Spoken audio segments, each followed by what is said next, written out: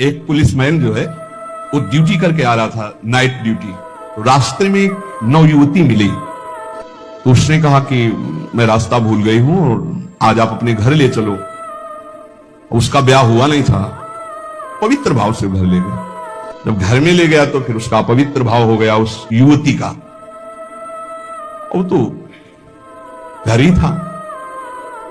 सुबह निकल गई साथ, बड़ा खुश हुआ कि आज।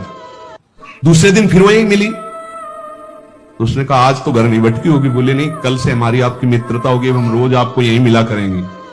अब वो मानसिक शक्ति से युक्त वो पुलिस में, और वो प्रेतयोनि को प्राप्त, जिसे चुड़ैल कहते, ऐसी वो। अब वो तो महीना भर में वो सूख गया, पीला शरीर हो गया। वैद्य के पास गया तो वैद्य ने कहा कि ऐसी दशा किसी शारीरिक सहवास से नहीं होती, तुम्हारा कोई मतलब एक अलौकिक शक्ति है जो तुम्हारा शोषण कर रही, वो स्त्री नहीं है। उसने कहा फिर भी आप दवा हमें शक्तिवर्धन के लिए दीजिए, हम तो चलने लायक नहीं रह गए। तो पुरानी रद्दी में कहीं गीता जी के कोई परिचय में श्लोक जैसे लिखे थे, तो पुराने उसमें गीता जी के श्लोक, उसमें उसने पुड़िया बना दी, वो पुड़िया ऐसे डाल ली और उसने जाके गुस्सा में दरवाजा बंद कर लिया कि आज से हम मिलेंगे ही नहीं, हमारा तो जीवन ही बर्बाद हो गया। तो देखा पार्श्व में बैठी, उसके होश उड़ गए। उसने कहा कि आप कौन हो, कहां से आई हो? तो इतने दिन से मिल रहे हो, अभी ये नहीं जान रहे कौन हो? बोले कहां से आए हो? झरोखे से आई।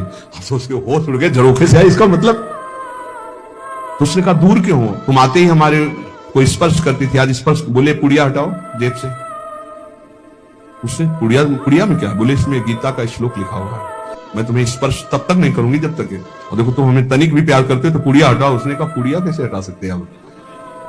उस दिन वो बैठी रही पर स्पर्श नहीं हुआ, और समय आने पर चली गई। दूसरे दिन उसने गीता का पूरा जेब में रख लिया, और जहां आती ना यदा यदा धर्मस्य ग्लानिर्भवति, आना ही बंद हो गया।